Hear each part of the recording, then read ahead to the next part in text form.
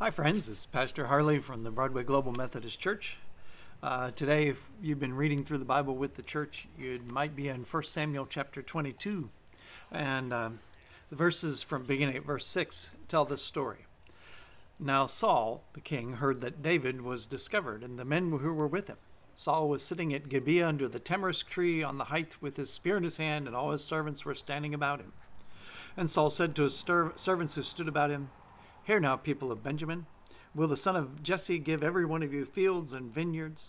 Will he make you all commanders of thousands and commanders of hundreds, that all of you have conspired against me?"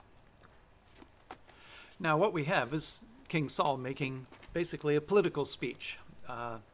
David, a righteous man and a hero against defending Israel against the Philistines, has gotten on the wrong side of Saul. The picture of Saul in 1 Samuel is somebody consumed by envy, jealousy.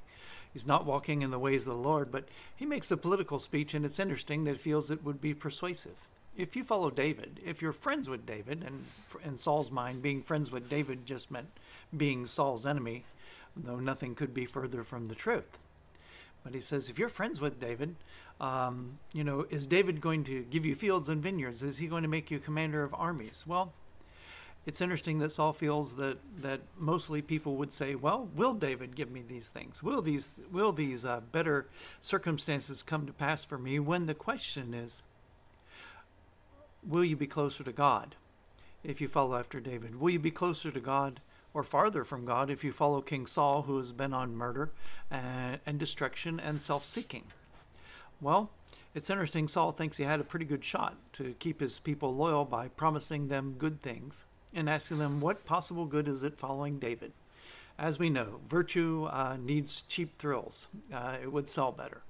Or we often make these decisions based on, well, what's best for me? What's in it for me? There's a question going on when you read 1 and 2 Samuel. What is going to bring people closer to the heart of God? It is following after David in ways of peace and in ways of righteousness. We too can take that step for ourselves. Amen.